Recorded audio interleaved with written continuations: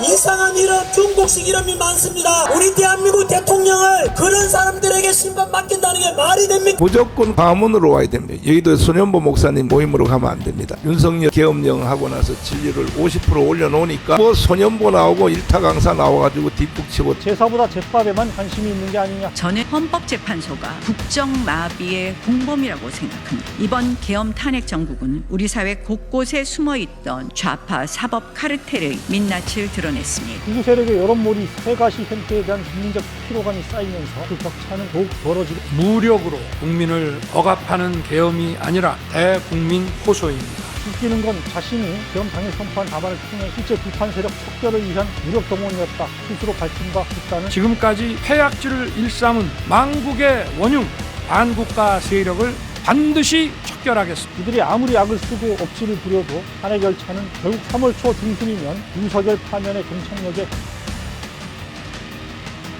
안녕하세요. 문설의 손원재입니다. 내란숙의 피의자 윤석열 대통령의 호칭이 윤 전 대통령으로 바뀔 날이 임박했습니다. 지난 25일 윤 대통령의 최후 진술을 끝으로 탄핵 변론이 모두 마무리됐습니다. 헌재가 재판관 평의를 거쳐 3월 7일 또는 11일께 파면 여부를 발표할 것이다 전망이 나옵니다. 결론은 어떻게 될까요?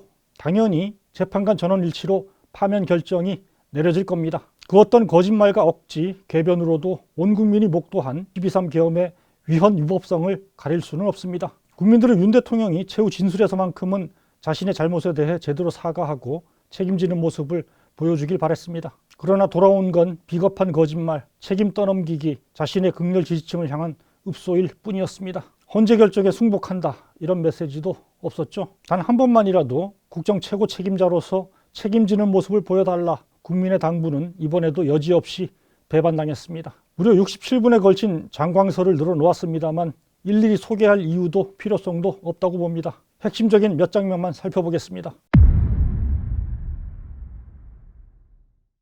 윤 대통령은 최후 진술에서 야당 책임론을 반복하며 비상계엄이 대국민 호소형이었다. 궤변을 늘어놓았습니다. 병력 투입 시간이 불과 2시간도 안 되는데 2시간짜리 내란이라는 것이 있습니까? 대통령이 국회를 장악하고 내란을 일으키려 했다는 주장은 어떻게든 대통령을 끌어내리기 위한 선동 공작입니다. 웃기는 건 자신이 계엄 당일 선포한 답안을 통해 이미 계엄이 호소형이 아니라 실제 비판 세력 척결을 위한 무력 동원이었다 이런 점을 스스로 밝힌 바 있다는 사실입니다. 지금 우리 국회는 범죄자 집단의 소굴이 되었고 입법 독재를 통해 국가의 사법 행정 시스템을 마비시키고 자유민주주의 체제의 전복을 기도하고 있습니다. 저는 지금까지 패약질을 일삼은 망국의 원흉 반국가 세력을 반드시 척결하겠습니다. 저는 가능한 한 빠른 시간 내에 반국가 세력을 척결하고 국가를 정상화시키겠습니다. 이제 와서 호소형이었다고 거짓말을 늘어놓은들 뱉어놓은 말이 사라질 리 없습니다.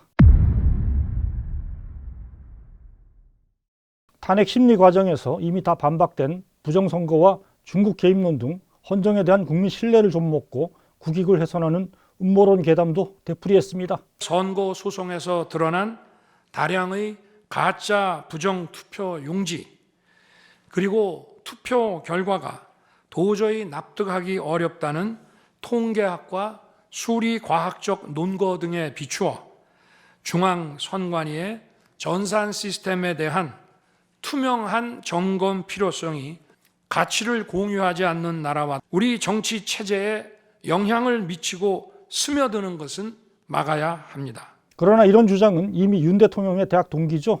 김용빈 중앙선관위 사무총장 등에 의해 낱낱이 반박된 바 있습니다. 22대 국회의원 선거에서는 부정선거 있었나요? 저는 당연히 없었다고 생각을 합니다. 현실적으로 투개표 데이터를 조작하는 건 거의 불가능하다 이렇게 생각되지요. 그러니까 실제 상황에서는 불가능할 거라고 생각합니다. 네. 재검표에서 가짜 투표지가 발견된 적은 없었지요?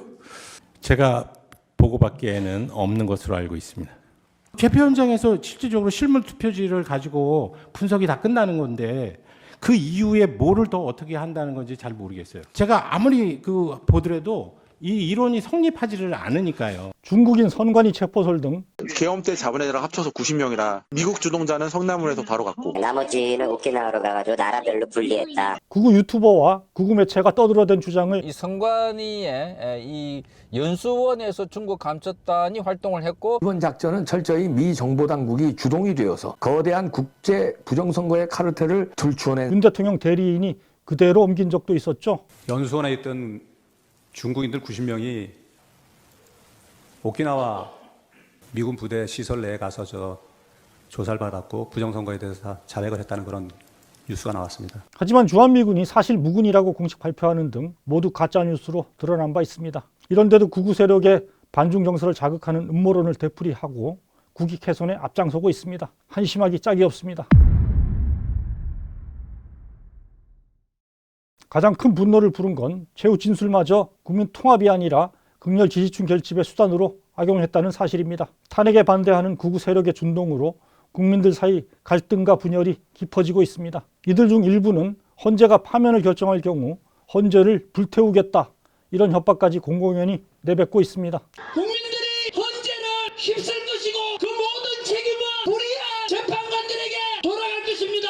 그래도 한나라 대통령이라면 헌재가 어떠한 결정을 내리더라도 반드시 승복한다, 이런 뜻을 밝히고 지지자들에게도 존중하라는 메시지를 내는 게 당연합니다. 그러나 윤 대통령은 정반대로 했죠. 승복 메시지는 없이 극렬 지지층에 대해 구애하는 말만 잔뜩 늘어놓았습니다. 저의 구속 과정에서 벌어진 일들로 어려운 상황에 처한 청년들도 있습니다. 옳고 그름에 앞서서 너무나 마음이 아프고 미안합니다. 저의 잘못을 꾸짖는 국민의 질책도 가슴에 깊이 새기겠습니다.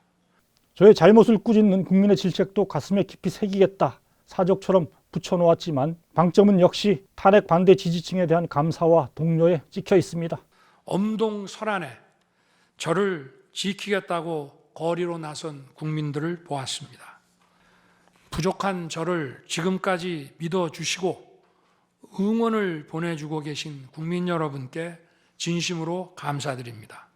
대통령으로서 자신이 초래한 국가적 혼란을 수습하고 국민 분열과 대립을 막을 마지막 기회조차 걷어차버린 행위가 아닐 수 없습니다. 2030 구속자 비중이 컸던 서울 서부지법 폭동과 일부 대학의 탄핵 반대 집회에 고무된 듯한 느낌도 감추지 않았습니다. 특히 우리 청년들이 지금 대한민국이 처한 상황을 직시하고 스스로 주권을 되찾고 나라를 지키기 위해 나서고 있습니다. 저의 진심을 이해해 주시는 우리 국민과 청년들에게 진심으로 감사 말씀을 드리고 싶습니다. 자신의 안위만을 위해 민주주의 헌정 질서를 위협하는 극우 세력의 준동을 미화하고 부추기는 행태입니다. 하지만 이런 모습을 보며 대다수 국민들은 그가 1분 1초라도 더 대통령에 머물러서는 안 된다, 이런 확신을 더욱 굳혔을 겁니다.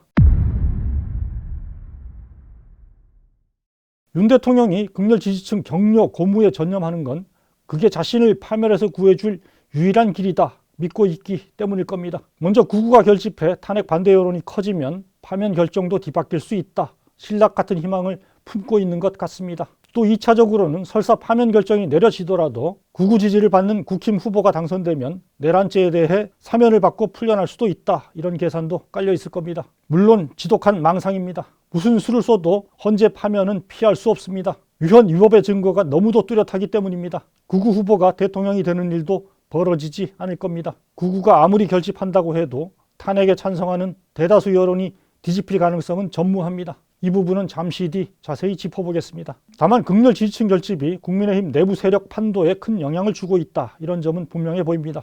지금 국민의힘 지도부는 윤 대통령과의 관계를 끊지 못하고 헌재 흔들기에 몰두하고 있습니다. 헌재가 자기들 멋대로 자의적으로 법 규정을 해석해서 지나치게 빨리 이 탄핵 심판을 진행한다 그런다면은 그 결정에 대해서도 국민들의 신뢰가 떨어질 겁니다. 조금만 길게 보면 정치적으로 대단히 어리석은 선택입니다. 그러나 극렬 지지층의 영향력이 커질 대로 커져 이제는 당 전체가 끌려다니는 상황이 돼버렸습니다. 이른바 용꿈을 꾸는 유력 정치인들이 극렬 지지층에 대놓고 구애하는 현상도 짙어지고 있습니다. 명태균 게이트에 연루돼 윤 대통령과 운명 공동체가 된 윤상현 의원이나 내가 상현이한테 내가 한 번 더 얘기를 할게.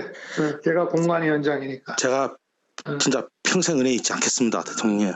일찍이 윤심을 등에 업었던 김기현 전 대표, 원희룡 전 국토교통부 장관뿐만이 아닙니다. 최근 들어선 윤 대통령에게 찍혀 당권 도전이 좌절됐던 나경원 의원도 부쩍 구구 동조에 앞장서고 있습니다. 헌법재판소는 어떻습니까?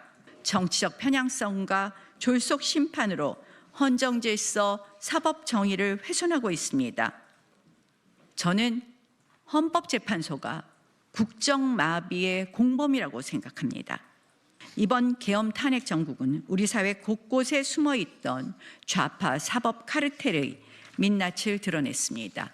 지난 18일엔 헌재 외국인 채용을 막는 법안을 발의하겠다 밝히기도 했죠. 이미 현행법에 대한민국 국민만 법관이나 헌법연구관이 될 수 있도록 규정하고 있는데도 구구 세력의 근거 없는 중국인 혐오 주장에 편승한 겁니다. 이상한 이런 중국식 이름이 많습니다.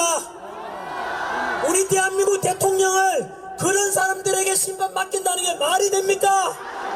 나 의원이 이러는 이유는 뭘까요? 극우 세력의 지지가 쏠린 김문수 고용노동부 장관이 확장성 부족 등의 문제로 차기 경선 구도에서 탈락할 가능성이 있다고 보고 미리 극우 지지를 선점하려는 노림수 아니냐 지적이 나옵니다. 한편으로 나 의원이 유의미한 대선 주작감으로는 평가받지 못하는 점 등에 비춰 대선보다는 이후 당권 도전을 염두에 둔 행보다 관측도 있습니다.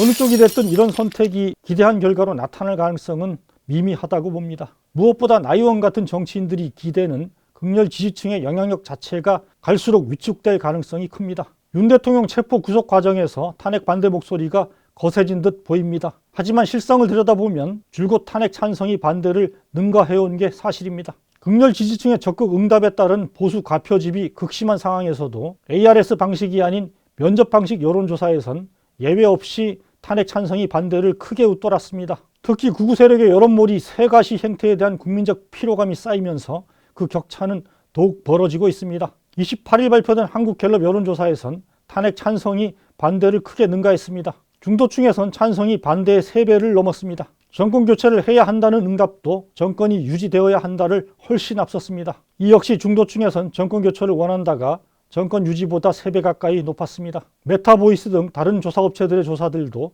대체로 탄핵 찬반은 20%포인트 안팎의 차이를 보이고 있습니다. 현재 탄핵 반대 세력은 전강훈 목사의 광화문파와 손연보 목사, 전한길 강사의 여의도파로 양분돼 있죠. 이들은 경쟁적으로 쌍끌이 집회를 열며 극우 여론을 영끌했습니다만 전 남미에 있는 마약 카르텔보다도 이 종북 종중 좌파들의 우리 법연구회 국제인권연구소 이런 것들이 대한민국을 생명을 던지겠다고 하는 이러한 그 메시지가 조금만 더 기다려서 효과 있는 죽음을 탄핵 민심은 여전히 굳건합니다. 음모론과 가짜뉴스로 여론 지형을 흔들어 보겠다. 이런 시도는 결국 실패로 기결되고 있는 것입니다.